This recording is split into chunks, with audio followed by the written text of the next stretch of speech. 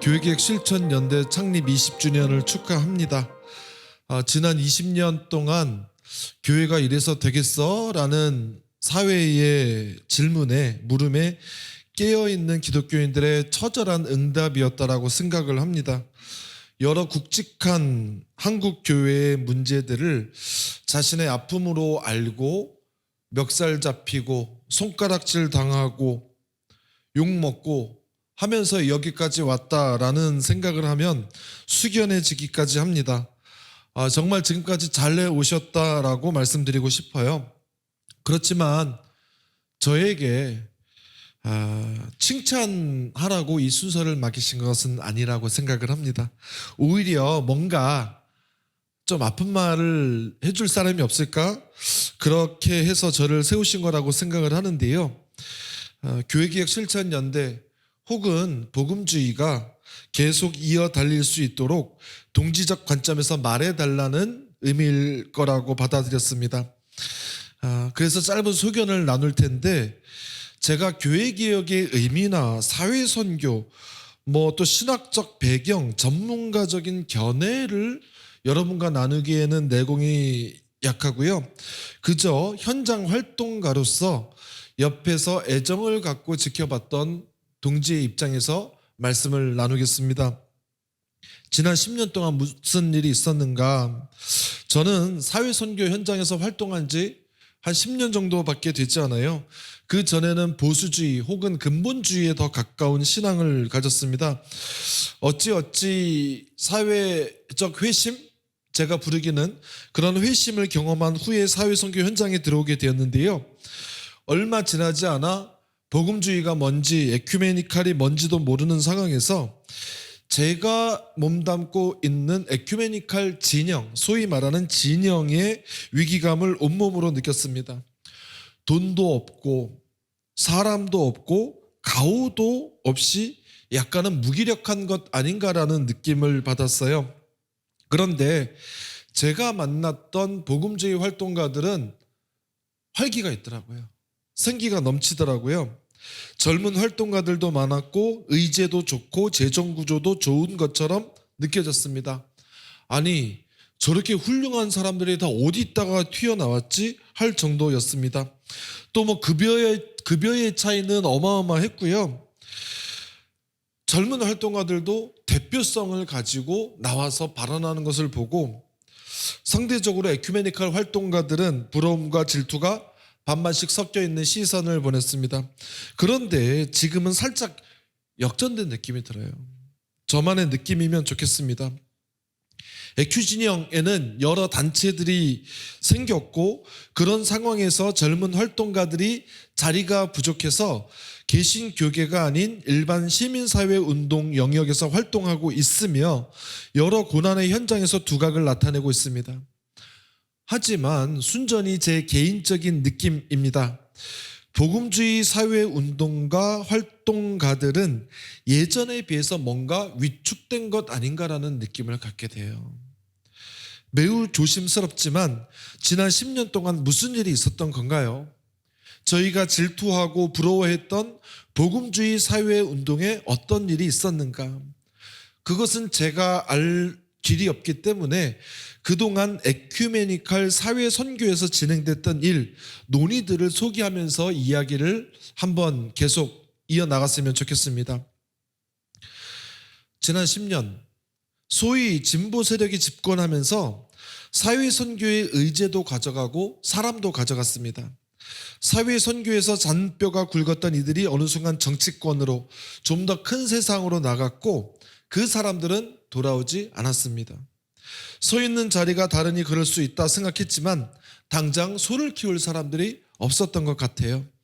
또 민주화 투쟁 때 있었던 많은 문제가 금방이라도 해소될 것으로 기대했는데, 그래서 우리마저 목소리를 크게 내면 개혁하는 데 방해가 될지도 몰라 하면서 열해를 지났지만 정신 차리고 보니까 운동도 사라지고 사람도 사라지고 깃발만 나부끼는 형국이었습니다. 이거는 순전히 제 개인적인 생각이에요. 애초 제도 정치권에서 무엇을 할 수 있을 것이라는 기대가 잘못된 것이었고, 그들은 진보가 아니었다라는 평가를 합니다. 그냥 자유주의자였던 것 같아요. 제가 너무 심하게 말씀드리는 것 아닌지 걱정되기는 합니다만, 당시에 에큐메니칼은 있는 그대로 현재의 모습을 받아들여야 했습니다. 이것이 우리의 한계라고 생각했습니다. 그렇지만 다시 시작해 보기로 했습니다. 첫째, 민중신학, 해방신학 혹은 여러 정치신학 이론으로 현장을 분석하는 것이 아니라 현장의 이야기가 이론, 신학이 될 수 있게 하자는 것이었습니다. 담론 중심이 아니라 현장 중심으로, 큰 이야기보다는 작은 이야기로, 중심이 아니라 변두리로 단체나 명망가의 이름이 드러나는 것보다는 당사자들의 목소리가 들리도록 해일이 올 때 한가하게 조개 줍는 것이 얼마나 의미 있는지 알리는 방향으로 말입니다. 너무나 당연한 이야기였지만 그런 원칙들이 당위 속에서는 존재했으나 현장에서는 그렇지 못했습니다. 당시 각 단체별로 정체성에 대한 논의가 많았던 것 같아요. 그리고 문을 닫냐 마냐, 운동 계속하냐 마느냐, 그런 내부의 논의들이 치열하게 일어났습니다. 제가 일하는 고난함께도 마찬가지인데요. 고난함께는 지속적으로 고난의 현장에 연대하긴 했지만 출발과 운동의 중심은 통일운동, 비전향 장기수 그리고 양심수를 후원하는 일에 있었습니다. 그러다가 2010년 넘어오면서 비전향 장기수 선생님들이 한 분, 두 분 돌아가시고 양심수도 1,500명이 넘었다가 요즘은 10분이 안 될 정도로 그런 상황에서 방향 전환을 선택했습니다. 해고 노동자, 비정규직 노동자와의 연대운동으로 무게중심이 옮겨갔고, 이후 세월호 참사 등 사회적 참사 연대운동, 그리고 요즘은 젠트리피케이션 운동도 하고 있습니다. 시대의 흐름에 따라 자연스러운 전환이라고 할 수 있지만 생각해 보면 단체 운동의 무게 중심을 옮기는 것은 선뜻 결정하기 어려웠던 것 같습니다. 그런데 그거를 했단 말이에요. 복음주의 단체들의 모습은 어땠는지 궁금합니다. 둘째로는 싸웠습니다. 엄청나게 싸웠고 치열하게 싸웠고 선배 활동가들과 싸웠습니다. 386 논쟁이 본격화되기 이전에 이미 세대 갈등에 대한 여러 징후들이 우리 안에 있었습니다. 선배들은 일단 너무 오래 운동했습니다. 1970년대나 1980년대 초반부터 운동의 중심에 서서 활동했던 분들이 여전히 현장에 있었습니다. 물론 그분들의 희생과 헌신을 폄훼할 생각은 추호도 없습니다만 일하고 시작하고 나중에는 좀 미안할 정도로 비판했습니다. 선배들은 자리를 차지하고 안 내려갔습니다. 20년 전에도 대표 선수였고 그 당시에도 대표 선수였습니다. 물론 능력이 뛰어난 것도 있었고 또 이어갈 후배들이 없었던 이유도 있지만 자리를 이어갈 후배들이 없었을까요? 아니라고 생각했습니다.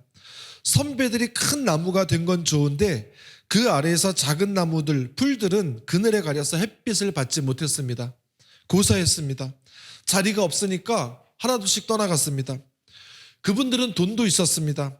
개인적으로 먹고 살만하다는 것이 아니라 지금 보니까 먹고 살만하신 것도 같아요. 죄송합니다. 왜냐하면 다 아파트 자가로 갖고 계신 분들이 많더라고요. 그것보다는 민주화운동에 해외에서 수많은 돈들이 쏟아져 들어왔는데 그 옛날 운동이 잘 되던 시기에 십자가만 꽂아놔도 교회가 부흥이 된다와 마찬가지로 한번 감옥에 갔다 오면 그 이후로 운동의 기회들이 열리는 그런 시대에 운동했던 선배들이 그 기억을 갖고 예전에는 이렇게 했는데 지금은 왜 그렇게 하지 못하냐, 열정이 없다, 운동을 하면 다른 것은 다 따라온다, 이런 류의 말씀을 하시기도 하고 또 먼저 그 나라와 그의 일을 구하면 이 모든 것을 더하실 것이라는 운동의 신앙 고백을 하셨는데 후배들에게는 먼 나라의 일처럼 보였습니다.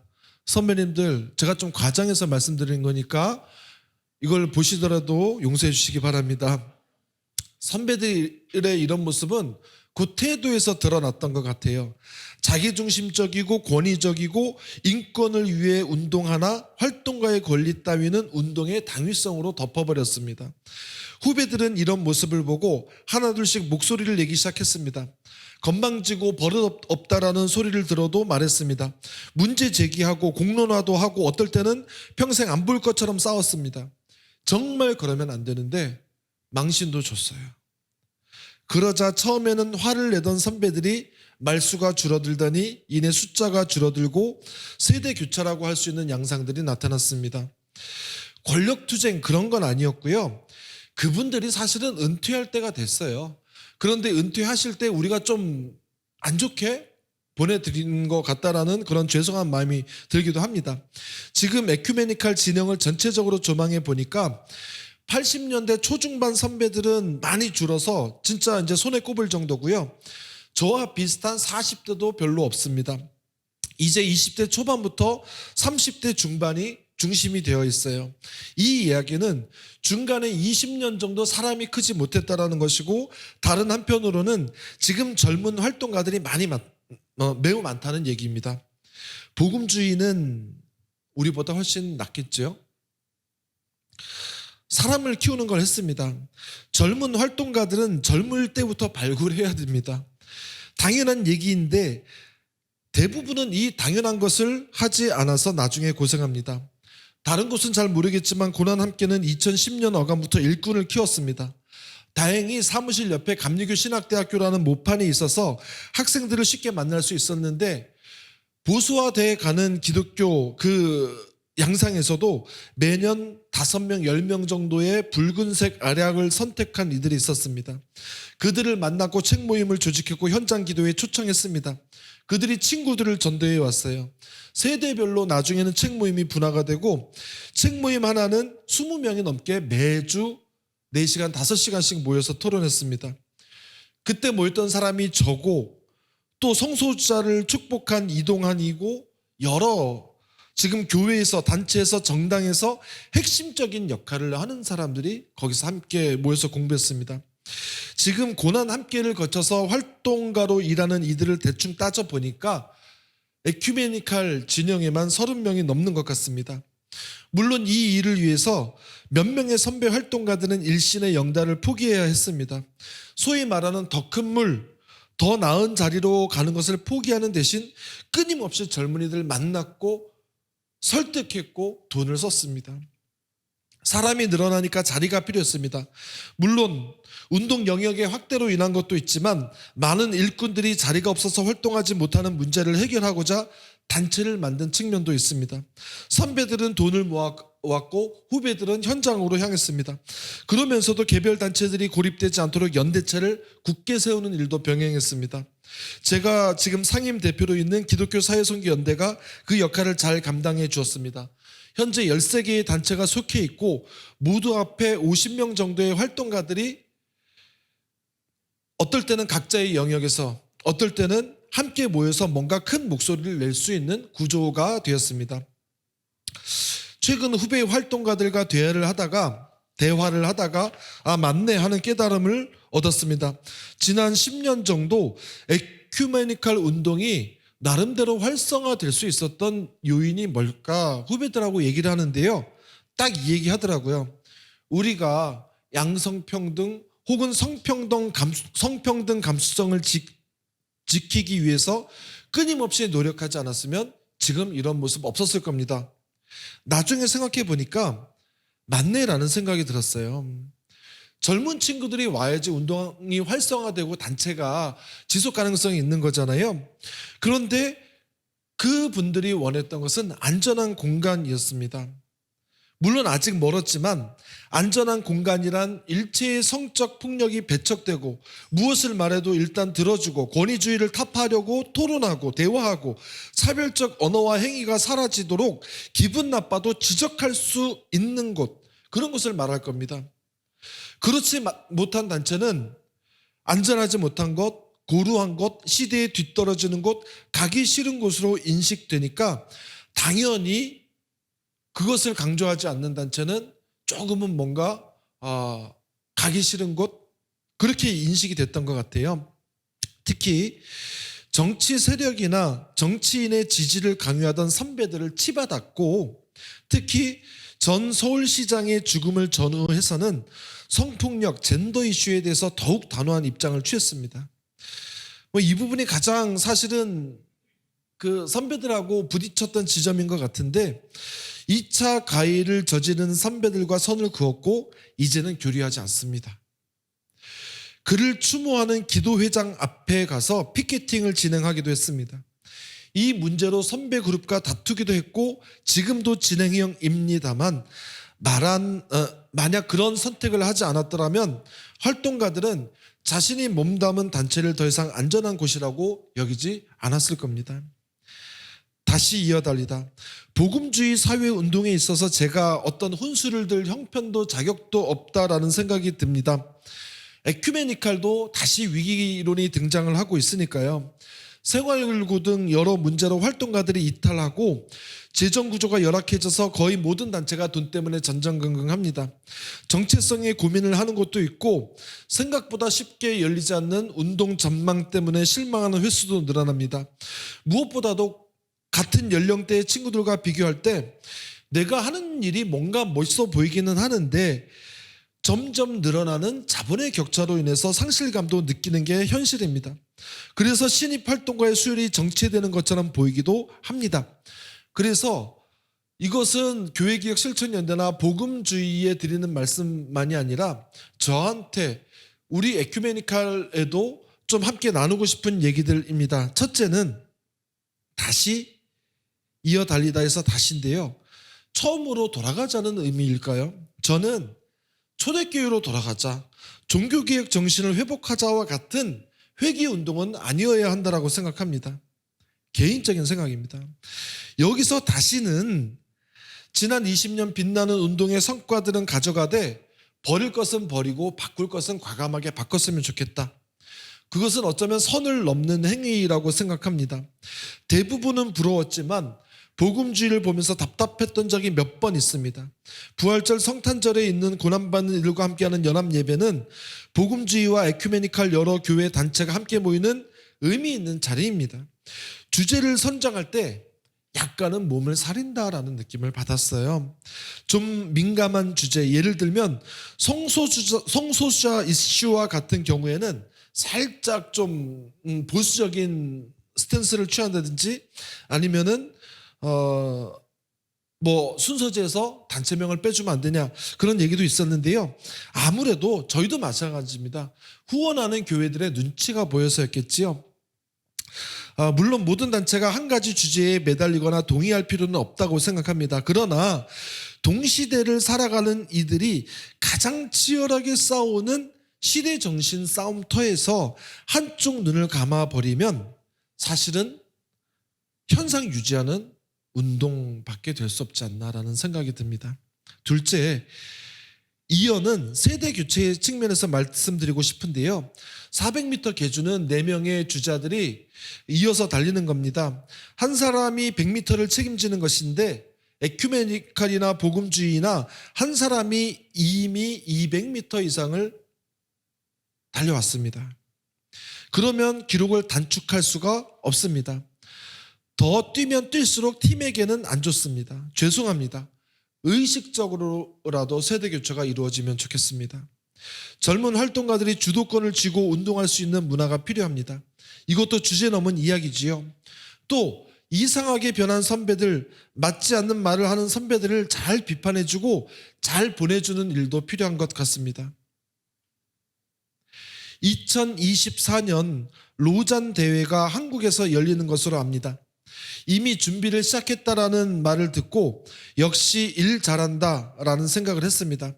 그런데 그것이 대형교회 중심으로 진행된다라고 하니까 걱정이 앞섭니다.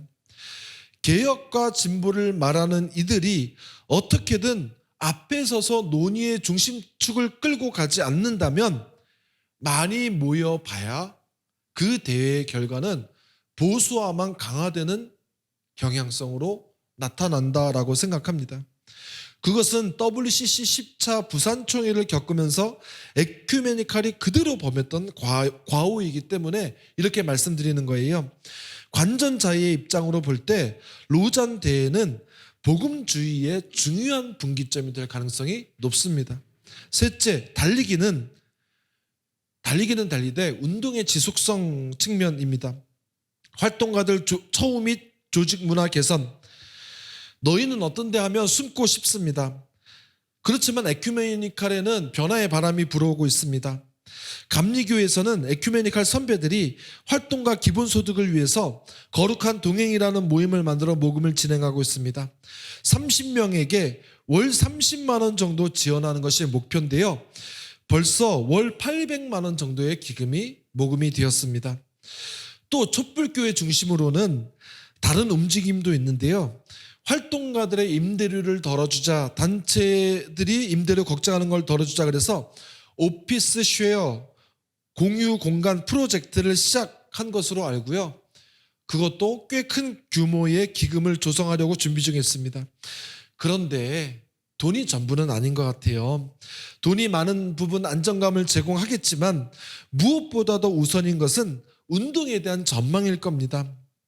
이 운동에 내가 계속 투신할 이유가 있나? 그런 질문에 그런 운동, 그런 단체, 그런 선배가 되겠다고 스스로를 점검해 보는 것이 중요합니다.